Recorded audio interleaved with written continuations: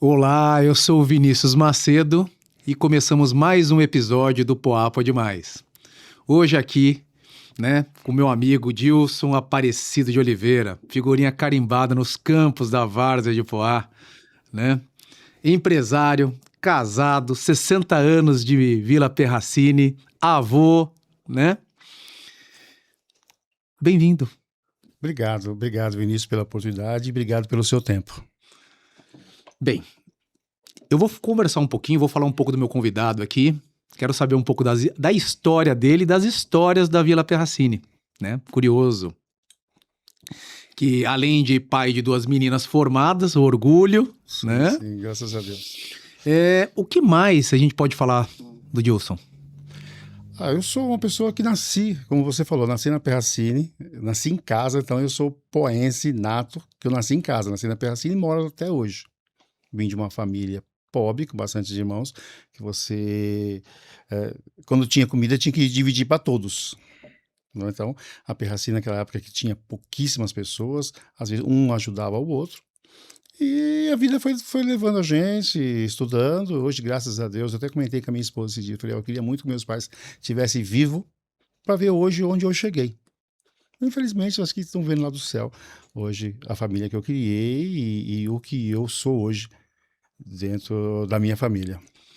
Bem, a gente não pode deixar de agradecer também aos nossos colaboradores, né, que ajudam nesse projeto, que apostaram nesse projeto conosco, com o BeachPlay, né, que está na Vital Brasil, quadras de areia, agenda lá sua aula de beach tênis com a professora maravilhosa, né, e também a Rara Publicações, que se você está querendo publicar o seu livro, procura lá a Rubenita lá na Rara Books.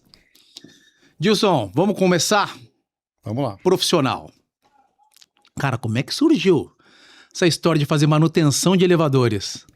Então, Vinícius, o meu cunhado, que infelizmente, acabou falecendo no elevador, o elevador teve um acidente com ele, que nos ingressou nesse ramo de elevador. Então, nós entramos, na época de ajudante, você vai indo, muda de empresa. Fiquei numa empresa aí 30 anos, que o meu patrão lá virou meu sócio hoje. Então, hoje eu estou com uma empresa em Poá, onde a gente atende aí Poá, Mogi, Baixada Santista, ABC e Guarulhos.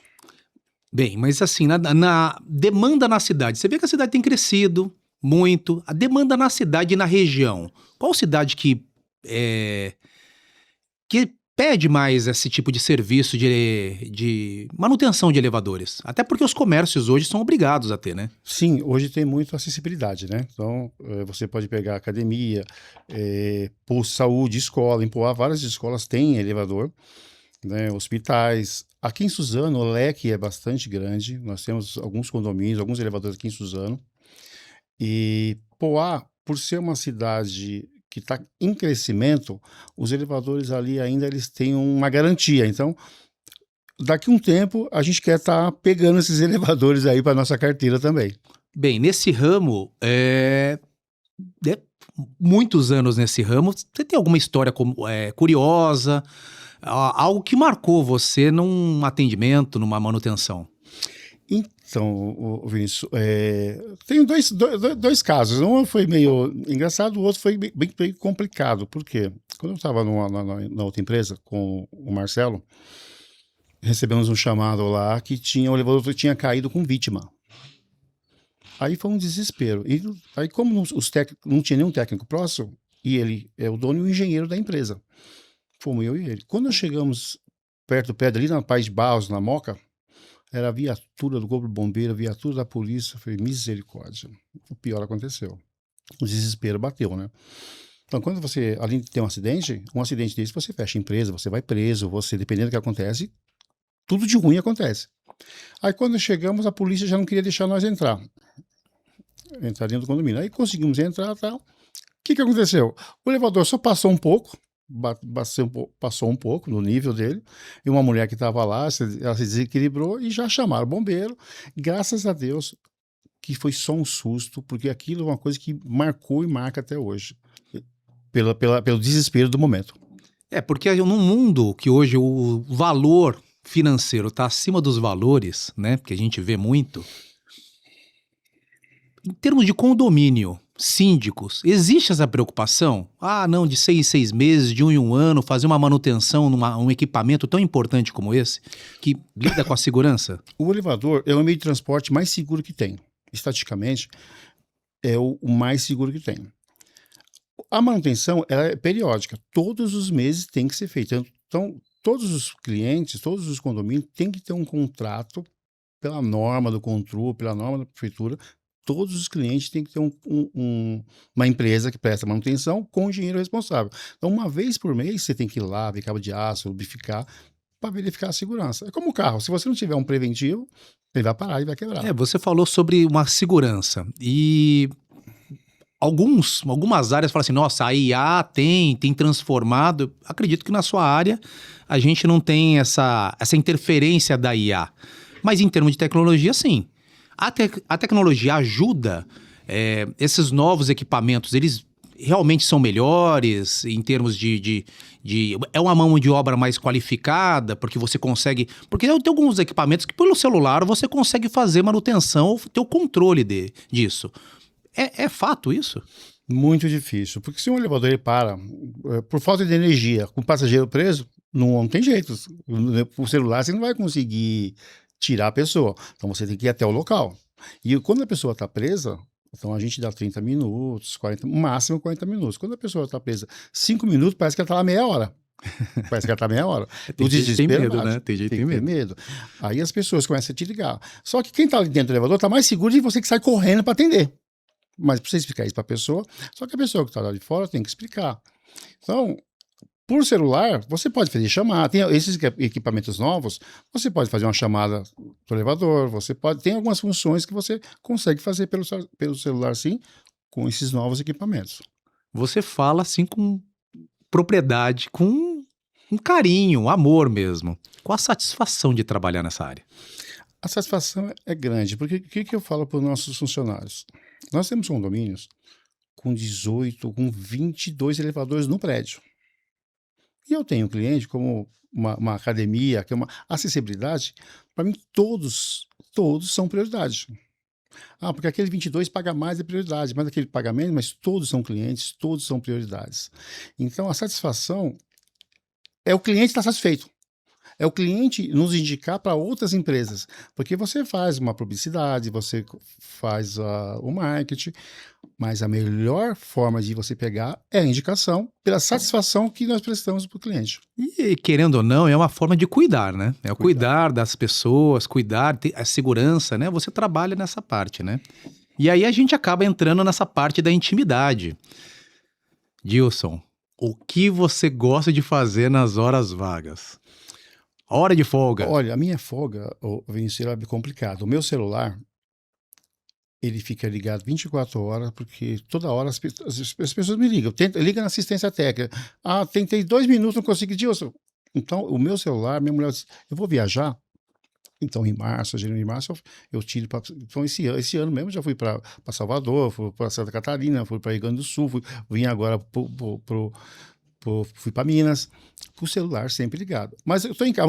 Amanhã é o dia de lazer, eu tenho uma pessoa que fica no plantão. Vou jogar bola, acabou o jogo, vou tomar minha cerveja, às vezes tem um churrasco. Então, que eu preciso desse momento, porque senão você endoida. Dilson do Sucata. Dilson do Sucata. Mais conhecido como Dilson do Sucata. Por quê? Dilson do Sucata. Então, o Sucata foi um time que nós montamos lá na Perracini.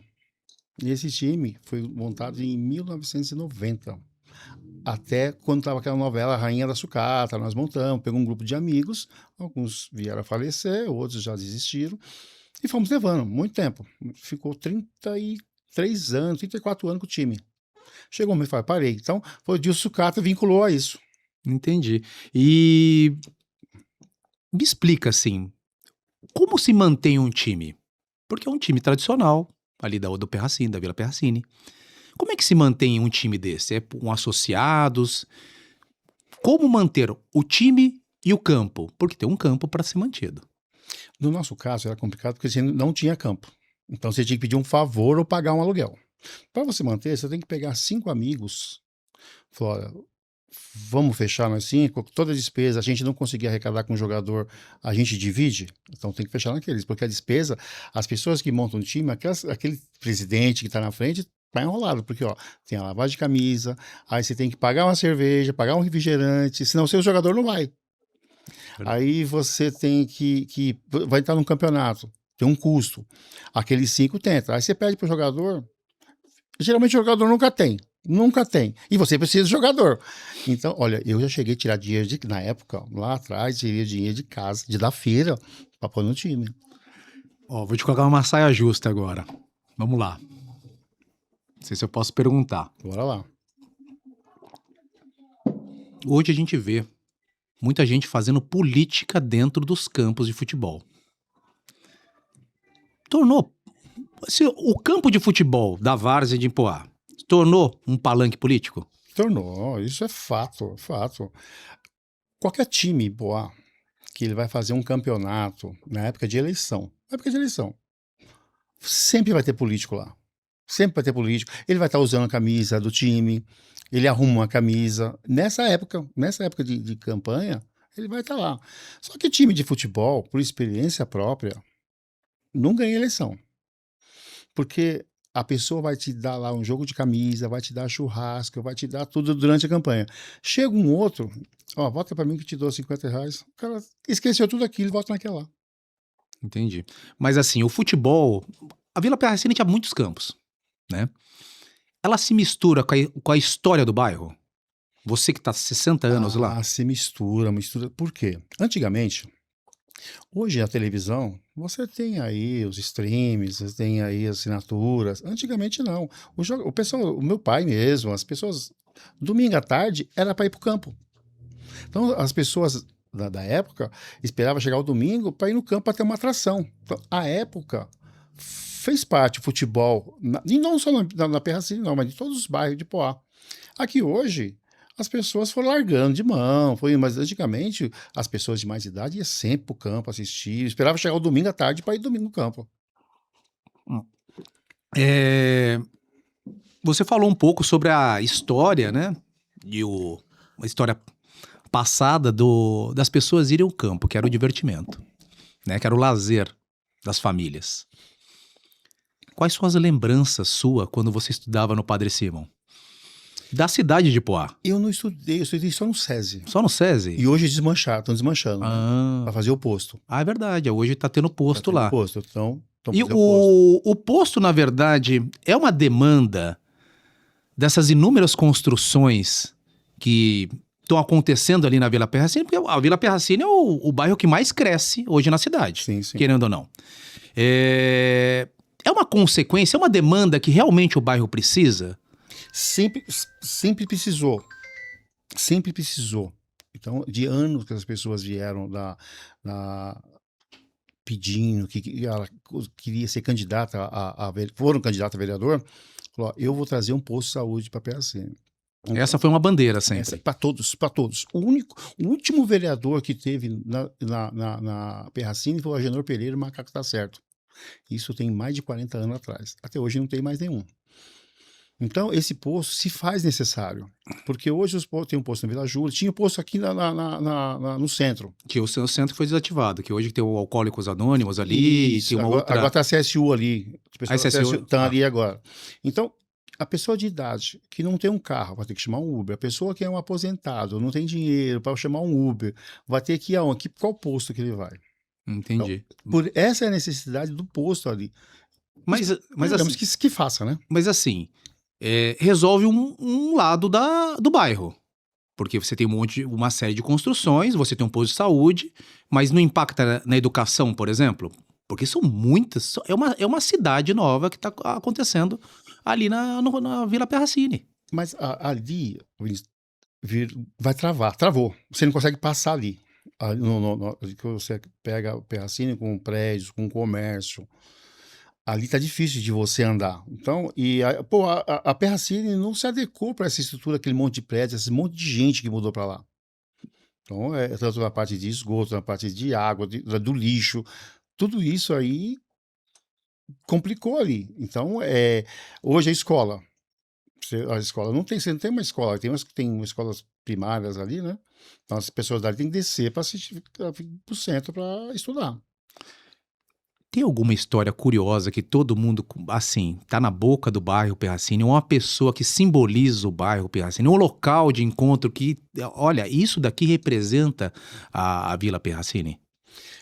O que representava a Perracini ali na época sempre foi o pessoal para o campo, todo mundo se encontrava no campo. Então, hoje falta um ponto de encontro na Perracini mesmo. Por exemplo, vamos ter um lugar. Porque tinha escola de samba lá na Perracini. Na época, todo mundo se encontrava lá na Perracini. A Rua Guarujá, na época do ensaio de escola de samba, era lotado. Mas ali perto também onde era o posto de saúde, tinha um lugar de ensaio ali das escolas, não tinha? No Vila Júlia? Não, ali no Vila Lá Júlia? do Vila Júlia. Então, cada bairro tinha a sua escola. Ah, legal. Então, a última hora era do Perracini. Então, era todo mundo no dia do carnaval, todo mundo se encontrava ali na rua. Isso é uma coisa que todo mundo fala, né? Sobre as gincanas que aconteciam na cidade. As gincanas. E sobre o carnaval também, das escolas de samba, que era uma coisa que realmente movimentava a cidade A comunidade. As comunidades, porque cada bairro tinha a sua escola. Então você tinha que contar com a comunidade para ajudar, para montar o carro, para levar o carro para a avenida. Eu fui presidente da escola de samba e eu vi a dificuldade que era para manter. Também você se meteu em cada uma, hein? Cada uma. E levava minha família junto, né? Eu fui presidente da escola de samba. E na época fomos até campeão, né? Campeões, né? Do carnaval. Depois ele foi acabando e o carnaval acabou de vez, né?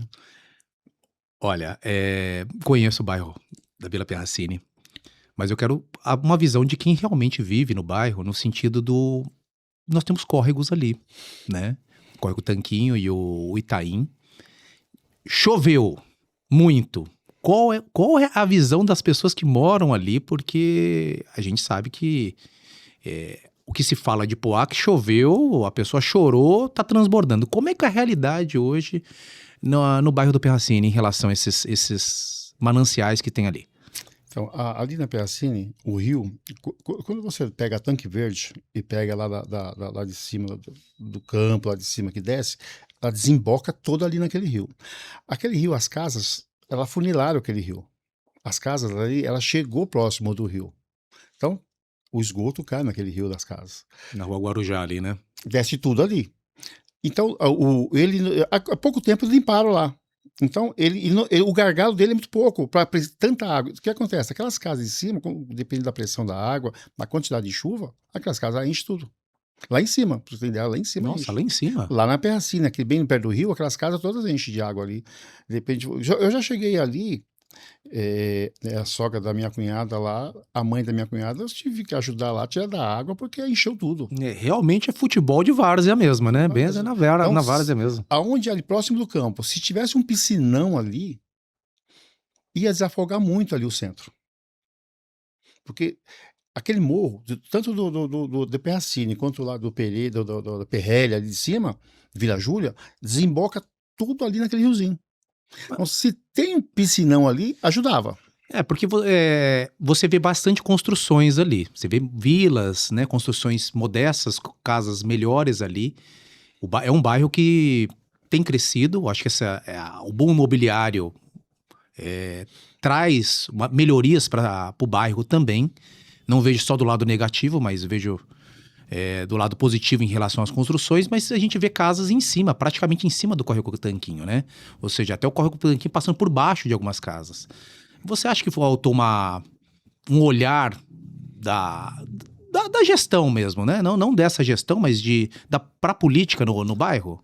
Muito. Porque você falou assim, 40 anos atrás tinha um vereador, hoje não tem. Será que não faltou um olhar político? Ou seja, a pessoa que olha pro campo, ela não poderia olhar nas adjacentes ali? E para a pessoa ir para o campo, ele passa pelo rio. Exato. Ele deveria olhar o rio. Então, faltou um projeto. As pessoas foram fazendo as casas e foi fechando o rio. Disseram que iam canalizar. Para canalizar, metade das casas vão sair. Parte das casas vão sair tudo. É interessante para eles? Não é. Então, vale tudo pro voto? Pelo jeito ali que tá. Se você hoje é o esgoto, ele cai no rio. Então, como é que você vai despoluir os rios se o esgoto cai dentro do rio? Ó, nós falamos sobre trânsito, falamos sobre educação, saúde, lazer. Qual é a prioridade hoje da Vila Perracini? O que o bairro da Vila Perracini fala assim, precisamos de, qual a prioridade? Segurança. Que eu acho que não é privilégio só da Perracini, eu acho que é de todos os bairros de Poá. Segurança. Hoje, eu tenho 2 carros, porém a minha garagem ela é 5 metros, eu tenho apertado. Para mim pôr um carro ali, eu tenho que tomar. Eu tenho câmera, tenho tudo, mas para mim colocar o carro, eu vou com medo. Porque a gente ali, você não tem uma segurança como vários bairros. Dá medo. Então hoje, antigamente se parava, via o portão, começava. Quando minhas filhas vão em casa, elas vão entrar no carro, eu fico até elas entrar no carro para ir embora. Não vai mudar nada se acontecer alguma coisa. Mas a gente está ali de olho, porque segurança, infelizmente, é o que mais falta ali na Perracini.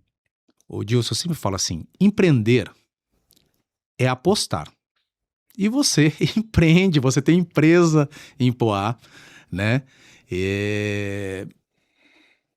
Vale a pena ainda apostar em Poá?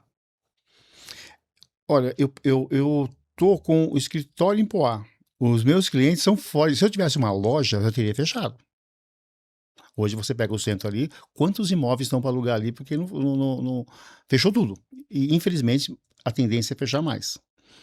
Então, o meu empreendimento ali, porque eu tô com o escritório lá e os meus clientes é fora. Se não fosse isso, Vinícius, já teria fechado. Dilson, olha, a gente empreende também ali. Eu conheço bem ali a Vila Perracini, a gente vê a dificuldade, a gente vê o anseio das pessoas, a gente vê um crescimento, a população, né, mudando muito, muitas pessoas saindo do bairro e muitas pessoas chegando, né? A gente tem que olhar para a cidade de um olhar assim de carinho e não... a cidade tem que se preparar para o crescimento, né? E eu vejo que a Vila Perracini ali, ela faltou um pouco do olhar. Então, quem sabe, né, num futuro aí, um vereador consiga olhar, né? A gente consegue eleger um vereador ali na Vila Perracini que tenha um olhar ali pro bairro e consiga trazer os anseios de quem mora ali, né? Sim, Esse é o grande desejo, né? A gente vê muitas pessoas falando a respeito disso. Porque o bairro tem muita história, é muito ligada ao futebol e hoje você vê bastante comércios aparecendo, pequenos comércios. E a gente precisa, né? Precisa e precisa de imediato, porque hoje os candidatos que vão lá só vão agora que vai ter para deputado, vai aparecer alguns. E na época da eleição, depois você não vai ver mais pessoal lá. Não vai ver, infelizmente não vai.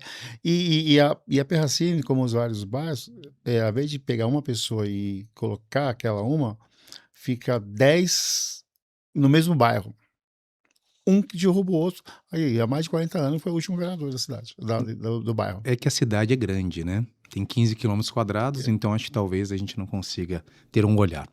Bem, nós estamos chegando ao fim da nossa entrevista. Nosso bate-papo, na verdade, né? Foi muito bom estar conhecendo um pouquinho da Vila Perracini, né? Um pouquinho aí do bairro, de mais um bairro. Mas eu não posso deixar de agradecer alguns parceiros nossos também, que é a Valentina Brinquedos, a JE Energia Solar, né? E também a Mariel Imóveis e a Fonte Primavera. Dilson, só considerações finais, faça o merchan da sua empresa e onde a gente pode encontrar o Dilson, assim, na rede social. A gente está ali com o nosso escritório ali em Poá, na Deputado Cássio de Carvalho, fazemos manutenções em elevadores residenciais, comerciais. Então nós temos o Instagram da Gold e tem os contatos da empresa. Pode procurar na rede social aí, Golden Lift Elevadores, que vai encontrar lá. Se precisar de fazer vistoria sem compromisso, pode chamar a gente. Mas assim, tem mais última pergunta para a gente fechar, né? Para você, Poá pode mais? Pode, com certeza pode mesmo. Muito mais. E qual é a prioridade, como você falou da segurança, mas o que, na sua visão de morador de Poá, que vive Poá, viveu e vive, o que você, assim, o que Poá pode mais? Olha, Vinícius, eu sou uma pessoa que penso muito nos outros, né?